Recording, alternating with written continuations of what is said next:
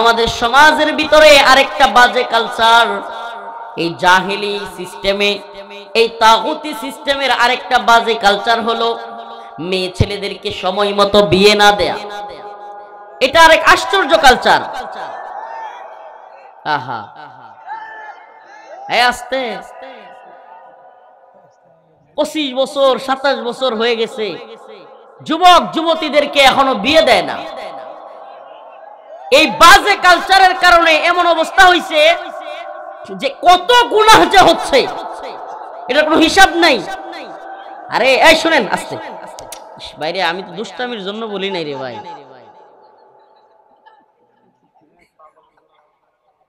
দেখেন এই ঠান্ডা শীতের মধ্যে যুব সমাজ কি কষ্টের মধ্যে আছে, এই চিৎকার। আস্তে শুনেন, আল্লাহ তাআলা সব যুবকদেরকে দ্রুত বিয়ের ব্যবস্থা করে দিক, আমার সকল যুবতী বোনদের বিয়ের ব্যবস্থা করে দিক। এটা দুষ্টামির বিষয় না মিয়া। এই যে শীতের রাতে কম্বলের নিচে যত গুনাহ করতেছে এই যুবকেরা, সমস্ত গুনার ভাগীদার তাদের বাবা মাও নিতে হবে। এটা কোনো হাসির কথা নয়।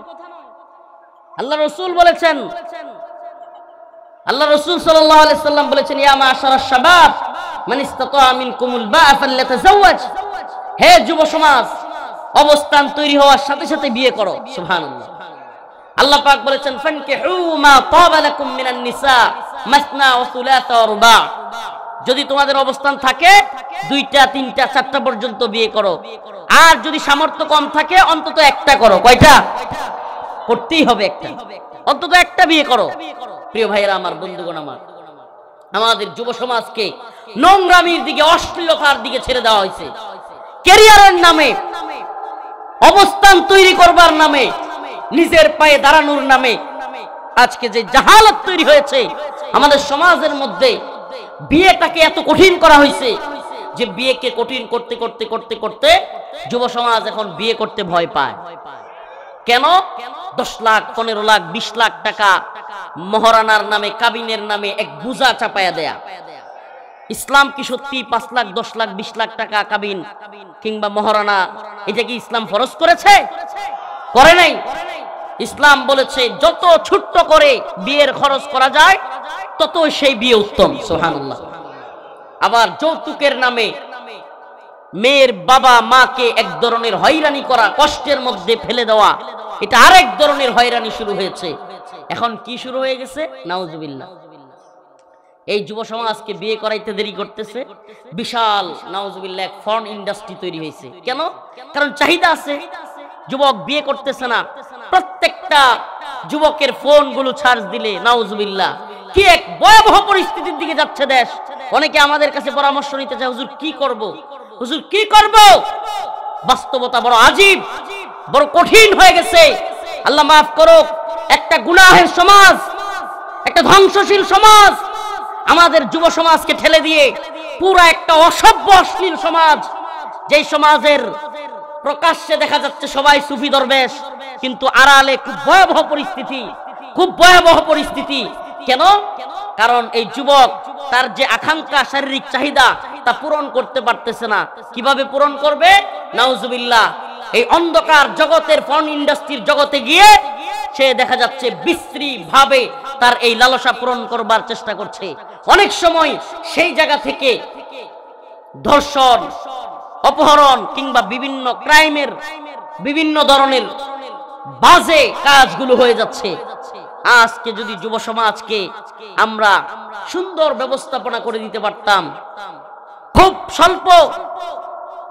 স্বল্প টাকার মধ্যে তার চাকরির ব্যবস্থা করে দিতে পারতাম, যদি তাকে বিয়ের সুন্দর ব্যবস্থাপনা করে দিতে পারতাম, আমাদের সমাজের মধ্যে এই সব পাপাচার বন্ধ হইতো কি হইতো না? বলেন হইতো কি হইতো না? কিন্তু প্রিয় যুবক ভাইদেরকে আমরা কঠিন করে ফেলছি সমাজ। নোংরা, এমন নোংরা পরিস্থিতি যে যুবকের চাকরি নাই, এরা মানুষ টিটকারি মারে। আরে ভাই, সে তো লেখাপড়া করছে, অনেক কষ্ট করছে, পড়াশোনা করছে। এখন আমাদের সমাজ ব্যবস্থা, আমাদের রাষ্ট্র ব্যবস্থা 10 লাখ 15 লাখ টাকা ছাড়া চাকরি হয় না। কৃষকের ছেলে, গরিবের ছেলে এত কষ্ট করে পড়াশোনা করছে, টাকা ছাড়া চাকরি পায় না, অভাবের সংসার। আমি আমার এক বন্ধুর কথা বলছি, নাম বলবো না, ভিডিও আছে। আমাকে ওই দিন বলতেছে, কি বলবো, আমার বয়সী, আমাদের আলহামদুলিল্লাহ আমার ছেলে 14-15 মাস বয়স, বিয়ে করছি তো আরো অনেক আগে। তো আমাদের বয়সী একটা লোক প্রায় 30, সে আয়সা বলতেছে, দোস্ত বন্ধু কি বলবো, মাঝে মাঝে মন চায় একা একা রাতে ফোন টিপতে টিপতে, একা রুমে থাকতে থাকতে, তার বাবাও নাই, মাঝে মাঝে মন চায় সুসাইড করে ফেলি। এই যে মাস্টার্স পাস করলাম, চাকরিও পাচ্ছি না, বাবা চলে গেছে অনেক আগে, মাকে নিয়া বোনদেরকে নিয়া সংসার চালানোর মতো সামর্থ্য নাই, আর এদিকে আমার চাকরিও হচ্ছে না, কত জায়গায় ঘুরতেছি, কত জায়গায় যাচ্ছি, অথচ আমার পরিস্থিতি হলো এমন যে আমি এই কষ্ট আর নিতে পারতেছি না, যে একটা চাকরির ব্যবস্থা করতে পারতেছি না, বিয়ে কিভাবে করব সেটাও বুঝতেছি না।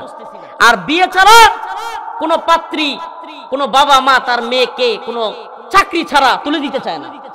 একার এক আশ্চর্য ঘটনা যে ছেলে বিয়ে করবে, খাওয়াবে কি, পড়াবে কি, কি ব্যবস্থা আছে। সমাজের এক নির্মম বাস্তবতা, সমাজের এক নির্মম বাস্তবতা। ওই ছেলেটা এক পর্যায়ে নেশাখোরদের সাথে চলতেছে, ওই সমস্ত নেশাখোরদের সাথে চলে, সেও নেশাগ্রস্ত হয়ে যাচ্ছে। আপনি অবাক হয়েছেন, কিরে অমুকের ছেলেটা না খুব ভদ্র ছিল, আবার নেশাখোরদের সাথে চলে। অবাক হয়েন না, ওই ছেলেটা ভিতর থেকে যন্ত্রণা সহ্য করতে করতে না পেরে এক পর্যায়ে ওই নেশাখোরদের সাথে চলে, নেশা করে, এগুলো সব ভুলে থাকে। এক পর্যায়ে এই নেশাখোরদের সিন্ডিকেট বড় হয়, এক পর্যায়ে সমাজে কিশোর গ্যাং তৈরি হয়, এক পর্যায়ে সমাজের মধ্যে অশ্লীলতা, বিভিন্ন খারাপ কাজ, মাদক, অশ্লীলতা, জুয়া সব কিছু ছড়ায়া যায়। আমি বলবো এই সব কিছুর জন্য এই তথাকথিত তাগুতি সিস্টেম, এই তথাকথিত জাহেলি সিস্টেম, এই তথাকথিত পশ্চিমা সিস্টেম দায়ী। আমাদেরকে আল্লাহর দিকে ফিরে আসতে হবে, আল্লাহর দিকে ফিরে আসতে হবে। একটা ভালো সমাজ তৈরি করবার জন্য প্রথমেই আমাদেরকে ভালো করতে হবে, আমাদেরকে পরিবর্তন হইতে হবে। এটা আল্লাহ পাকের ঘোষণা। আল্লাহ রাব্বুল আলামিন বলেন, ইন্নাল্লাহা লা ইউগাইয়িরু মা বিকওমিন হাত্তা ইউগাইয়িরু মা বিআনফুসিহিম। ততক্ষণ কোন জাতিকে আমি পরিবর্তন করি না যতক্ষণ না সেই জাতি পরিবর্তন হতে চায় হয়। তাইলে আমরা যদি পরিবর্তন না হয়, আল্লাহ আমাদেরকে পরিবর্তন করবেন? আমরা আগে আমাদেরকে পরিবর্তন করতে হবে, সমাজ পরিবর্তন করতে হবে। কেমনে করবেন? সহজ করে দেই। আল্লাহ রাসূল সাল্লাল্লাহু আলাইহি ওয়াসাল্লামের কাছে এক মহিলা আসছে, ইয়া রাসূলুল্লাহ আমারে বিয়ে করেন, আমি মুসলমান হয়ে যাব। সুবহানাল্লাহ।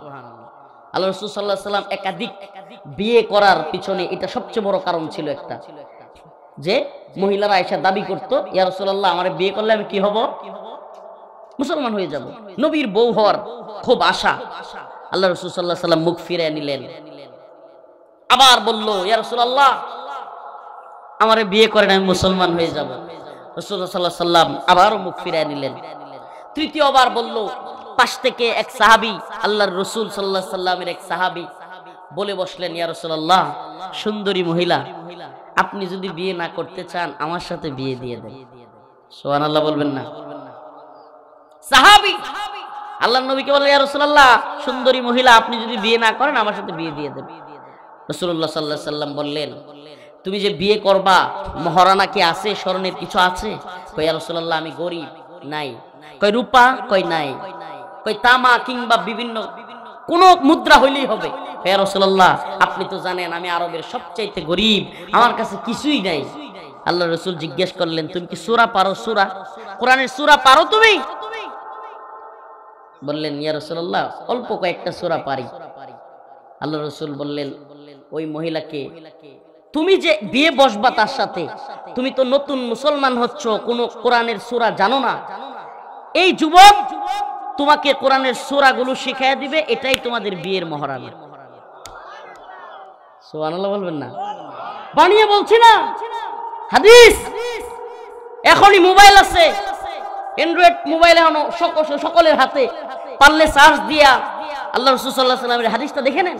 সুবহানাল্লাহি ওয়া বিহামদিহি। আল্লাহ রাসূল বিয়েটাকে কত সহজ করেছেন। আমি তো বলি, আমরা যদি চাই, মেয়ের গার্ডিয়ানরা যদি চায়, ছেলের গার্ডিয়ানরা যদি চায়, আরে একই বাবা ছেলের ক্ষেত্রে খুঁজে কোন মেয়েটার বাপ বড় লোক, বেশি কিছু পাওয়া যাবে, আবার একই বাবা মেয়ে বিয়ে দেওয়ার সময় কেমনে কমায়া দেওয়া যাবে, কোন ছেলেটা বড় লোক, কিছুই দিতে হবে না, ঠিক না? এইটা কেন, এই দ্বিচারিতা কেন? আপনি যদি সমাজকে সহজ করতেন, আমি তো বলি সুবহানাল্লাহ, অবস্থান যদি না থাকে, আমার বক্তব্য হলো একেবারে সীমিত। আল্লাহ রাসূল বলেছেন ওলিমা করার জন্য, আউলিম বিহাদা শাত আউল বাকারা আউল গনাম।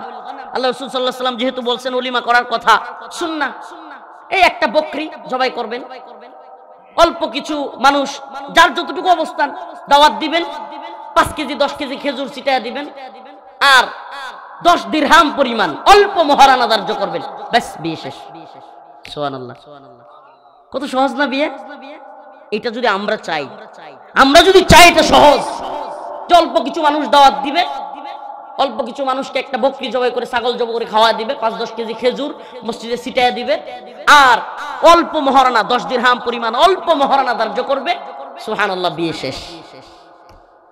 আর যদি এটা করতে না পারেন, আজকে আমাদের মধ্যে আউযু বিল্লাহি মিনাশ শাইতানির রাজীম, আল্লাহ আমাদেরকে ক্ষমা করুক, যেই পরিমাণে গুনাহ আমরা করতেছি, যুবক বের হইতে পারতেছে না, যুবক আল্লাহর দিকে ফিরে আসার চেষ্টা করে, কিন্তু আবার তার সেই আকাঙ্ক্ষা তৈরি হয়ে যায়, আবার সে ফোনের মধ্যে সেই খারাপ বিষয়গুলো দেখা শুরু করে।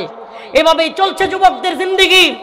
সে চেষ্টা করে নামাজে দাঁড়াইতে, আর ওই সমস্ত বিষয়গুলো মনে চলে আসে, সে চেষ্টা করে আল্লাহর দিকে ফিরে আসতে, তার এক যুদ্ধ, কিন্তু তার যুদ্ধে সে জয়ী হতে পারছে না। এটা অনেক যুবকদের ঘটনা আমি বললাম। প্রিয় যুব সমাজ, তোমাদেরকে বলি, আল্লাহ পাক বলেছেন ইল্লা মান তাবা ওয়া আমানা ওয়া আমিলা আমালান সালিহান, ইল্লা মান তাবা ওয়া আমানা ওয়া আমিলা আমালান সালিহান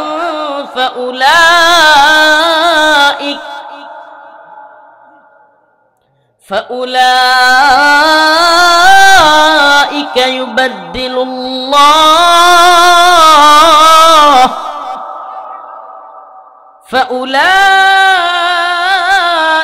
يبدل الله سيئاتهم حسنات